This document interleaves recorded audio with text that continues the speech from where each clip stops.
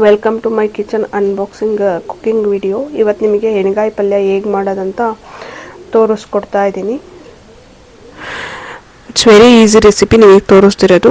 ನಾನಿವಾಗ ಒಂದು ಬಾಣಲಿ ತೊಗೊಂಡು ಲೋ ಫ್ಲೇಮಲ್ಲಿ ಕಡಲೆಬೀಜನ ಹುರ್ಕೊಳ್ತಾ ಇದ್ದೀನಿ. ಒಂದು 2 to 3 ಸ್ಪೂನ್ ಆಗೋಷ್ಟು ಕಡಲೆಬೀಜ ತೊಗೊಂಡು ಅದನ್ನು ಲೋ ಫ್ಲೇಮಲ್ಲಿ ಹುರ್ಕೊಳ್ಳಿ. ತುಂಬ ಹೈ ಫ್ಲೇಮಲ್ಲಿ ಇಟ್ಟರೆ ಅದು ನೀಟಾಗಿ ನಿಮಗೆ ಫ್ರೈ ಆಗಲ್ಲ. So that's the reason low ಫ್ಲೇಮಲ್ಲಿ ಅದನ್ನು ಹುರ್ಕೋಬೇಕು. ಫಸ್ಟು ಹುರ್ಕೊಂಡು ಆ ಸಿಪ್ಪೆ ಎಲ್ಲ ತೆಗೆದು ಸಪ್ರೇಟ್ ಮಾಡಿ ಇಟ್ಕೋಬೇಕು.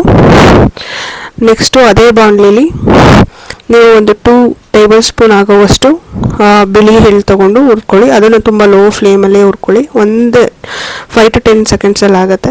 ಆ್ಯಂಡ್ ಕೊಬ್ಬರಿನ ಆಫ್ ಮಾಡಿಬಿಟ್ಟು ಸ್ಟವ್ ಆಫ್ ಮಾಡಿಬಿಟ್ಟು ಇರೋ ಹೀಟಲ್ಲೇ ಅದನ್ನು ಸ್ವಲ್ಪ ಫ್ರೈ ಮಾಡ್ಕೊಳ್ಳಿ.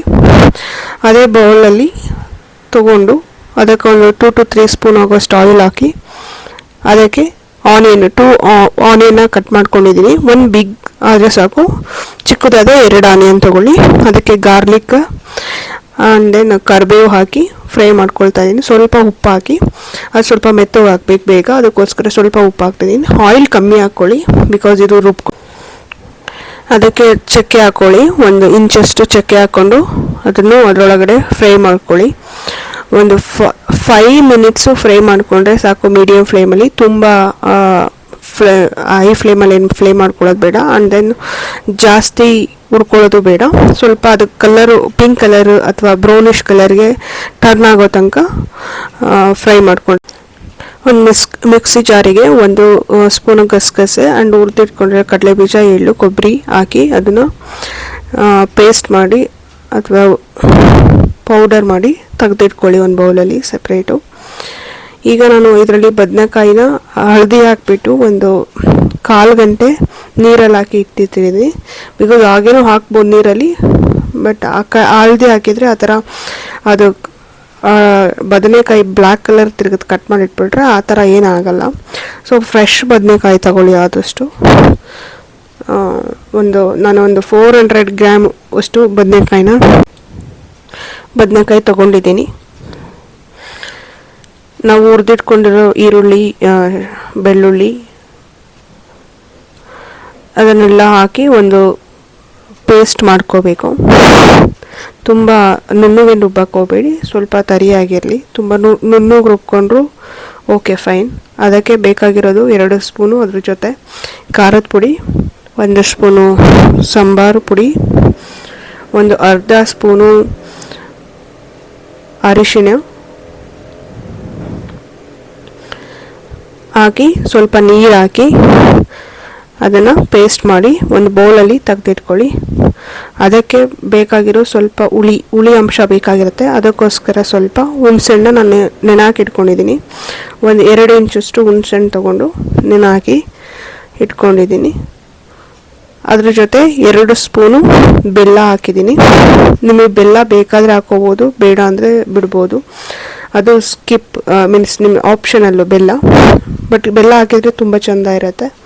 ಆಮೇಲೆ ನಾವು ಕಡಲೆಬೀಜ, ಕೊಬ್ಬರಿ, ಎಳ್ಳು ಎಲ್ಲ ರುಬ್ಬಿಟ್ಕೊಂಡಿದ್ವಲ್ಲ ಅದನ್ನು ಹಾಕಿ ಎಲ್ಲ ಮಿಕ್ಸ್ ಮಾಡಿಕೊಂಡು 1 ಸ್ಪೂನ್ ಆಗೋವಷ್ಟು ಉಪ್ಪು ಹಾಕ್ಕೊಂಡಿದ್ದೀನಿ. ಉಪ್ಪನ್ನ ಇವಾಗಲೇ ಫುಲ್ ಹಾಕ್ಕೊಬೇಕಂತೇನಿಲ್ಲ, ನೀವು ಬೇಕಾದರೆ ಲಾಸ್ಟಿಗೆ ಕಮ್ಮಿ ಆದರೆ ಒಗ್ಗರಣೆ ಆದಮೇಲೆ ಕೂಡ ಉಪ್ಪನ್ನ ಆ್ಯಡ್ ಮಾಡ್ಕೋಬೋದು.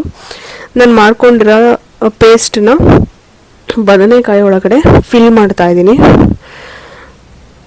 ಅದು ಆದಷ್ಟು ಗಟ್ಟಿ ಇರಬೇಕು ಪೇಸ್ಟು. ತುಂಬ ತೆಳು ಆದರೆ ಅದರೊಳಗೆ ಫಿಲ್ ಮಾಡೋದಕ್ಕೆ ಚೆನ್ನಾಗಾಗಲ್ಲ. ಸೊ ಹಾಗಾಗಿ ಸ್ವಲ್ಪ ಗಟ್ಟಿ ಇರೋ ಥರನೇ ನೀವು ಪೇಸ್ಟ್ ಮಾಡಿಕೊಂಡು ತೆಗೆದಿಟ್ಕೋಬೇಕು. ತುಂಬ ನೀರು ಹಾಕ್ಕೊಂಡೆಲ್ಲ ತೆಳ್ಳಗೆ ಮಾಡಿಕೊಂಡ್ರೆ ನಿಮಗೆ ಪೇಸ್ಟ್ ಮಾಡೋಕ್ಕೆ ಕಷ್ಟ ಆಗುತ್ತೆ. ಫಿಲ್ ಮಾಡೋದಕ್ಕೆ ಕಷ್ಟ ಆಗುತ್ತೆ. ಸೊ ಹಾಗಾಗಿ ಸ್ವಲ್ಪ ಗಟ್ಟಿನೇ ಪೇಸ್ಟ್ ಮಾಡಿಕೊಂಡು ಬದನೆಕಾಯಿ ಒಳಗಡೆ 1 by 1 ಫಿಲ್ ಮಾಡಿ ತೆಗೆದಿಟ್ಕೋಬೇಕು. ನಿಮಗೆ ಗ್ರೇವಿ ಡಿಪೆಂಡ್ಸ್ ಆನ್ ನಿಮಗೆ ಎಷ್ಟು ಬೇಕು ಗ್ರೇವಿ ಅಷ್ಟು ಮಾಡ್ಕೋಬೋದು. ಜಾಸ್ತಿ ಬೇಕು ಅಂದರೆ ಸ್ವಲ್ಪ ಕ್ವಾಂಟಿಟಿ ಎಲ್ಲದು ಜಾಸ್ತಿ ಹಾಕ್ಕೊಂಡು ಮಾಡ್ಕೊಳ್ಳಿ. ನಾನಿಲ್ಲಿ ಮೀಡಿಯಮ್ ಇರುತ್ತೆ, ಯಾವುದು ಜಾಸ್ತಿ ಯಾವುದು ಕಮ್ಮಿ ಅಂತ ಫೀಲ್ ಆಗಲ್ಲ.